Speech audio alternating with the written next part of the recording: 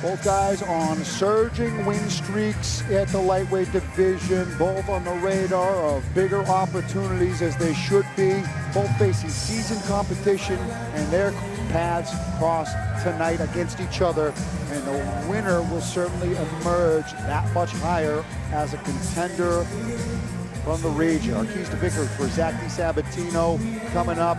This is a guy who I made my amateur debut the same night that DiSabatino did, and he goes on to have 20 professional fights. The uglier that he makes it, the better it's going to be for him. He's got the home court advantage. He's in his backyard. He spent his entire career in this building, and he's been in this situation in his career before where he's been on a streak. He's had a tough opponent in front of him, so he's got to maintain that focus and learn from parts and previous instances of his career where he's found himself in a similar slot. One big win away from a big opportunity. Keep that mental clarity, retain your home court field, and make it an ugly fight against the technical John Simone, because DiSab, technically sound in all areas, he's got a freaky build to him, and the uglier he makes fights, the more successful he finds himself in. That's just kind of been the storied way he approaches things. His submission chains come in unorthodox ways. His strikes come from awkward angles, and yeah, that's what he needs to beat John Simone. Man, how can you not get fired up with the walkout song playing every single time he enters the cage? I was talking to James Lynch in the back too, and you know, DiSab's this guy, he remains calm. He's not getting too focused on what's next, right?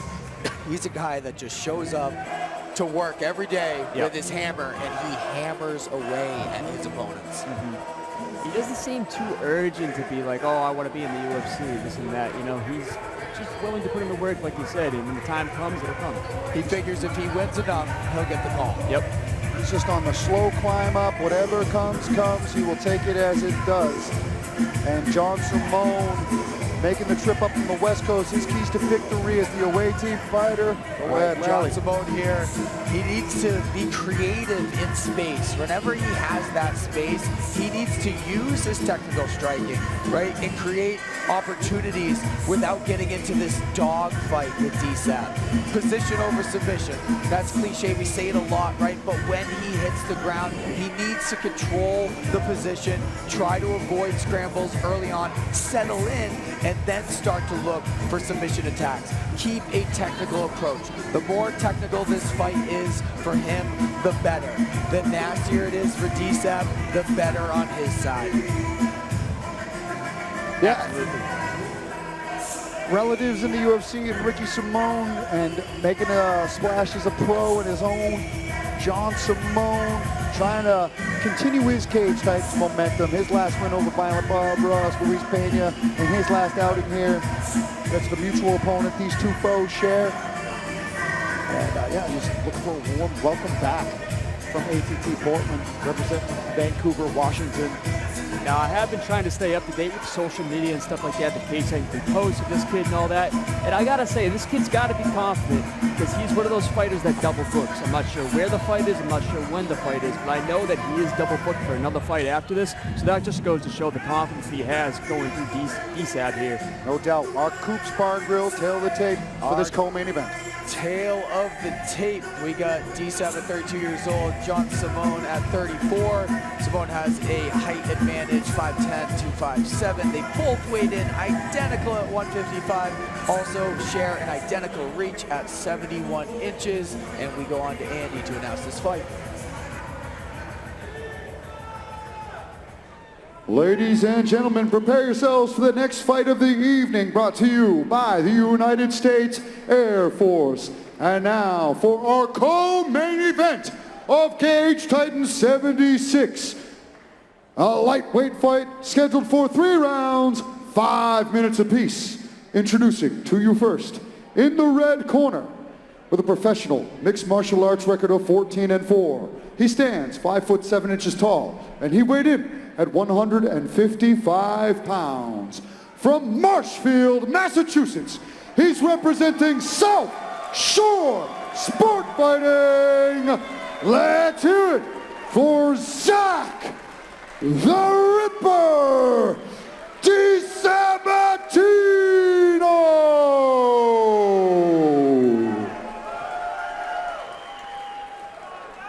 And now, introducing his opponent, standing across from him in the blue corner with a professional mixed martial arts record of 10-6. He stands 5 feet 10 inches tall, and he weighed in at 155 pounds. From Vancouver, Washington, he's representing ATT Portland. Make some noise for John Simone. When the action begins, our referee in charge of this co-main event fight, Steve we got Rita. D-Sab in the black Cage Titans trunks. We got John Simone in the blue trunks. D-Sab looks bored. he looks like he's just so unbothered when he's in there. That demeanor. He's always very calm, trying to start the night off right for South Shore sport fighting. Yeah, they got the main and co-main slots tonight. High level stuff here. D-Sab spent his entire career, amateur and pro, at Cage Titans. Coming into his nearly 20th pro fight. Amateur champion career. Simone sends a kick up the middle. Yep, both guys measured here. Yeah, very measured, not rushing anything. You can see the mutual respect between the two of them. Big low kick early. And you see the low kick and the speed of which it's delivered from John Simone in space, like you were saying. He's kind of getting creative, trying to set things up. But a nice little check there from DiSabatino. He turned that knee out just in time. And Simone ain't thrown another kick since. Oh, there it is.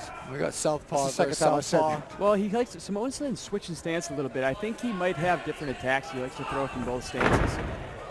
And he read that takedown. Yep. But this is where, you know, we've seen a lot of D-Sab's best work is grinding up against the cage. Eventually something will open up. He's so strong here. Yeah. Very dense. Yeah, and he seems to just weigh on guys over time.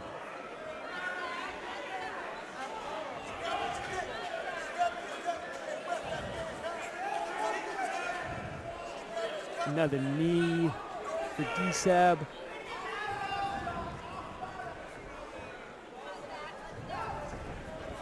Simone's able to turn it around. Both guys jockeying for position here. Simone level changing here, looking for a takedown. Big slam. We're talking about the strength of DiSabatino. Right. Simone just put him down. Huge reversal there for John Simone. After having his back up against the fence, was able to completely reverse the fortune.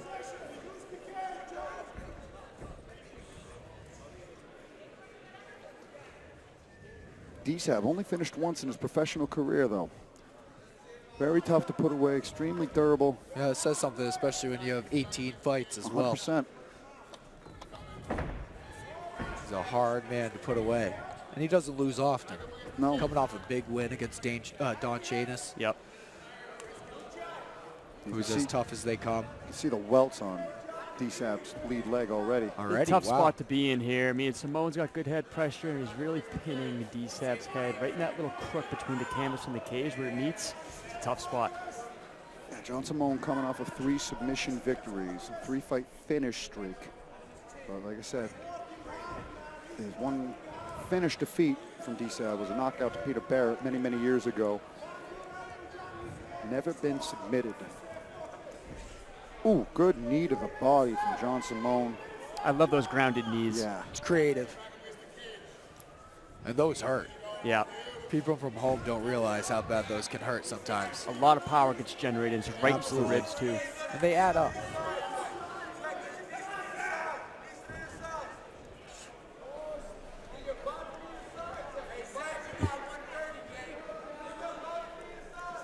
Zach D-Sab's not settling either. He's constantly trying to make little adjustments to get himself up here. Yeah, he's just in that spot, right? Stuck against the cage, like you said. But he needs to start scooting back a little bit. He's trying to. See if he can start working up the wall. Simone's doing a good job of keeping that underhook with his left arm, stopping D-Sab from getting his right arm where it needs to be in order to start making those moves to create space.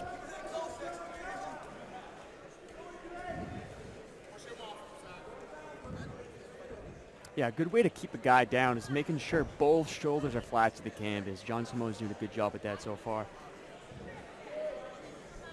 Yeah, he's really closing off any exit for DiSab at the moment. He's going to do some damage at some point, though. Back to half guard.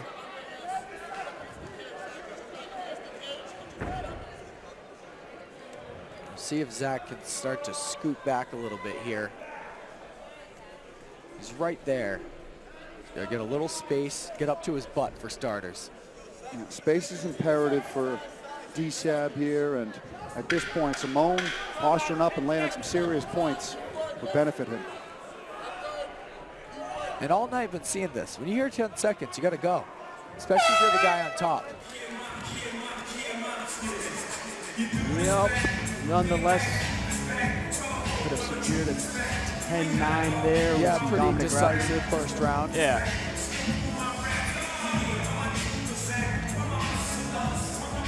DiSab strutting around confident still.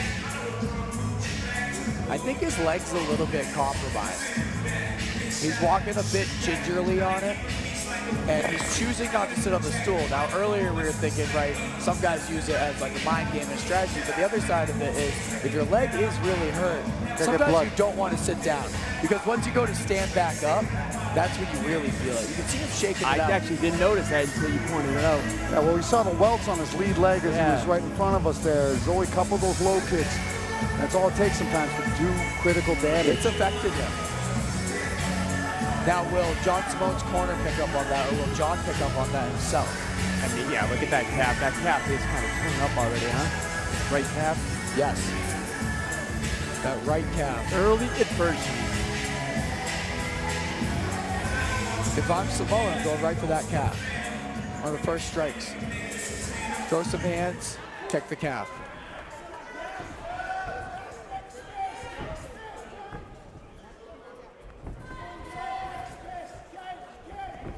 Oh, big left hand out of Simone as well.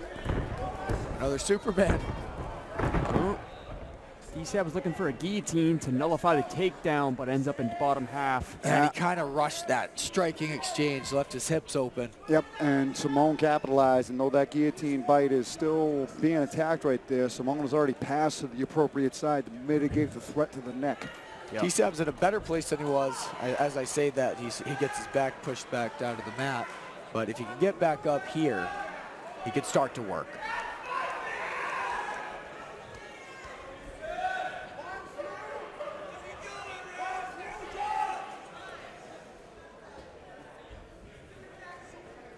A couple people in the crowd are already yelling, stand them up.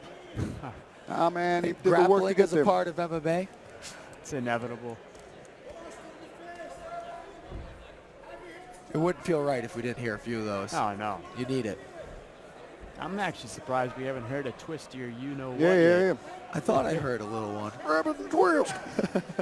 That's a classic. Effective move. Highly illegal, but effective.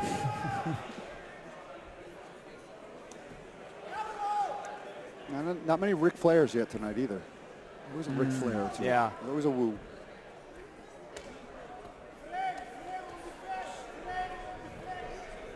Yeah, I'm not a big fan of stand-ups, but it's been a minute and a half in this position, and not much has changed or been done. I'm a big fan of violence. I'd love for it to be stood up as well. But then there's the other side of it. I mean, some people think that there shouldn't be any stand-up, ever. That if you could get somebody down and hold them there, that you should be able to keep them in that position. I'm usually of that school of thought until it happens. And then it's like, you know what, never mind. There's times for a stand-up. But what he's doing is he's passing. He's got the knee on belly now. So John Simone, he's doing work. Yeah, as long as he tries to side advance. control and advance in position. Yeah. As long as he tries to advance or even just throw in a couple little shots here and there, that's going to be enough activity for the ref to probably not stand it up.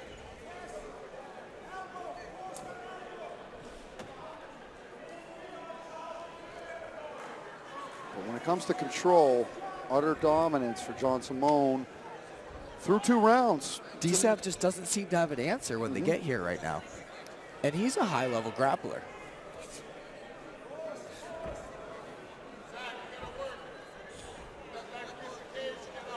He's going with a lockdown position right here, kind of fishing for it. You see him intertwining his legs. Never mind, he abandoned that. DiSab so far has done a good job of not taking any damage. He hasn't really taken many shots here. He's doing a good job blocking and trying to trap that arm. Yeah, a couple little pot shots here and there,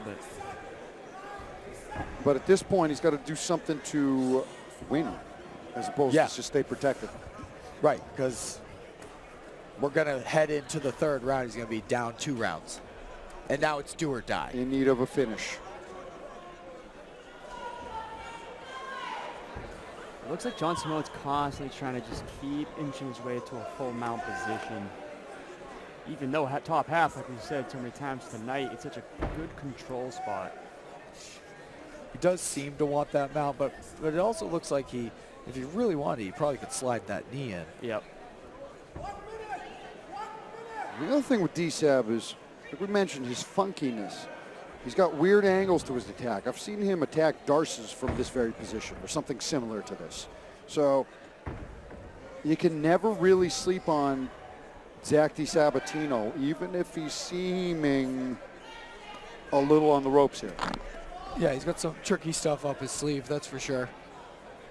But no answer so far to Simone. And no space being able to be created. Simone just happy to stay here, side control, knee on belly, nice knee to the gut. Chip away and stay ahead on the scores. And just like that, 20 seconds left in the round. Started to pin the arm down with his knee. There's the full mount there. 10 seconds left. Second. And DiSab inching almost out once the mount gets in there. So there's a couple big shots from Simone, but 2 rounds in the book for the man from Vancouver, Washington. But yeah, you see that exchange early, and then Simone, once he changed levels, all Simone on top, chipping away, passing, and just dominating with pressure. Yeah, not the most exciting, but he's winning this fight. And DiSab, it's up to DiSab now to find a way out or to not end up in that position in the first place would be ideal. Yeah. But when he does get to that position, he needs urgency. I mean, he's got to know. His corner's telling him, I'm sure, he's down 2 rounds. He's got to get a knockout or a submission this round, or he's going to lose this fight. Yep. Yeah, big stakes on the line. I know he's itching for a contender series shot or something like that. He's got one more round to get that in the right direction for him. But he's got to make the right adjustments. The takedowns are very powerful out of Simone. Setting him up well. He's already kind of butchered that calf with Zach, it seems. And now they're both itching to get in there. Ready to go.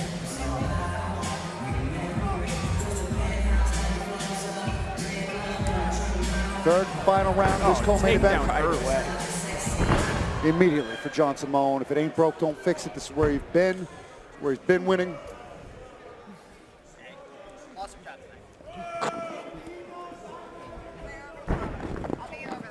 And although it's not the most exciting, it makes sense, especially as the pros. You know, we were talking earlier about, as an amateur, maybe taking some more risks.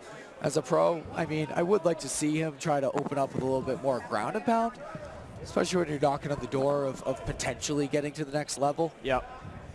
I will say, though, this is, I mean, he's just resorted back to half guard, but that was the first time we saw like an immediate switch into side control. I didn't know if he was going to try to set up some type of submission from there or whatnot, but back into half we go. Oh, could be trying to isolate that far arm here. Or at least threaten it. He is being a little bit more active than the last 2 rounds. Moved right to mount. Into mount, putting his head right in that crook of the cage and canvas. But actually, this might give DiSab a better opportunity to scramble out. He's got his back. That was a nice back take. That was slick. That was nice. And he got the triangle in. Yeah, just seamless right there. body As lock. he timed the explosion of DiSab, like you said, the mount gave DiSab a glimmer of hope to try to explode out of it, and Simone knew that, and now has the back.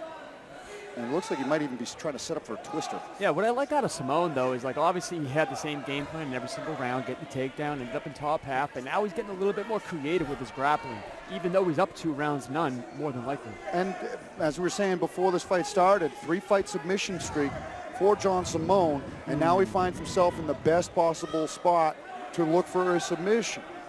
With the clean back take and a body triangle locked in after a fight that you've been dominating from the very start. And though DiSabatino's never been submitted and finished right here, this would be a huge feather in John Simone's cap. If he were to come into DiSabatino's backyard, submit him for the first time, and extend his winning streak to 4.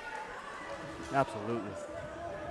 Yeah, the victory's one thing, but if he can finish this fight and finish by submission against a guy who has not been submitted before, that says something. And especially the method in which he's approached it, where he's just been patient with his grappling dominance, not rushing to this kind of position, but once he's getting here, he's making the most of it. And DiSab just has not had an answer for John Simone through this entire fight.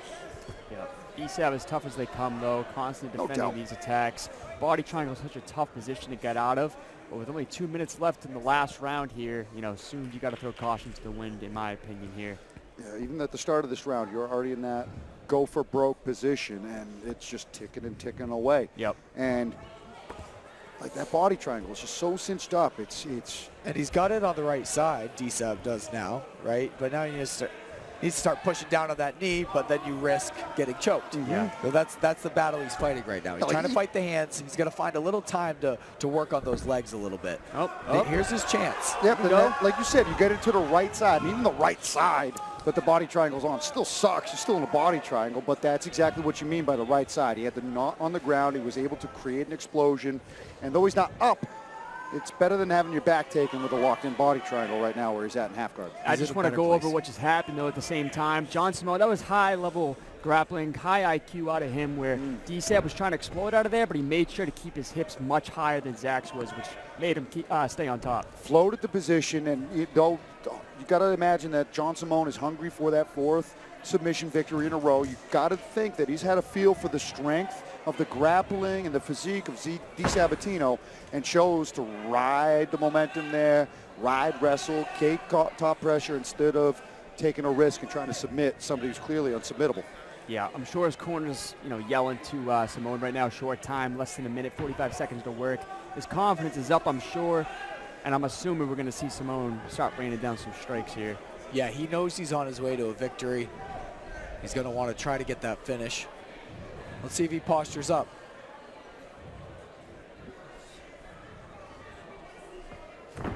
"25 seconds left. Let's see some last Hail Mary attempt to get out of here for Zach. I think his only chance is if Simone postures up and starts throwing some bombs. Then he has a chance to get up. But right now, might just spend the rest of the fight here, 10 seconds. There he goes. Looks like another decision's about to be in the books for Cage Titan 76. John Simone dominant through 3 rounds against Zach DiSabatino. Should be a no-brainer on the judges' scorecards. I will go and get that tally. What a performance from John Simone, making the travel out here and more than likely staying 2-0 at Cage Titans. Yeah, dominant stuff out of John Simone, man. Found an answer early, knowing the grappling was a big key to victory for him.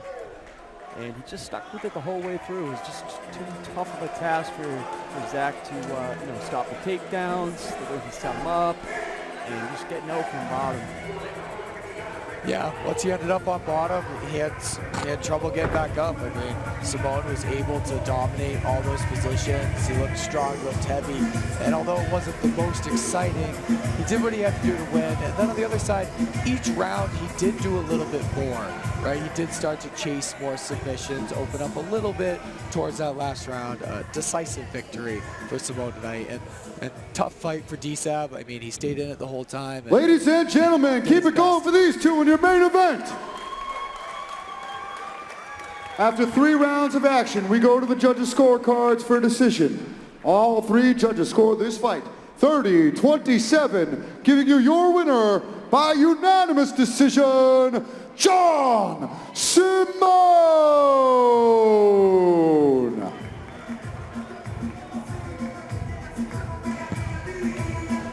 There you have it.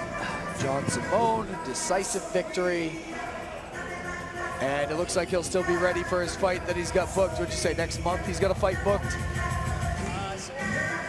So I've heard. I'm not 100% certain. I don't want to be locked in on that information, but I am pretty sure that I saw that he had 2 fights in the books. So. Well, it appears that he's injury-free. He didn't take any damage to that fight, so he'll be ready for the next one.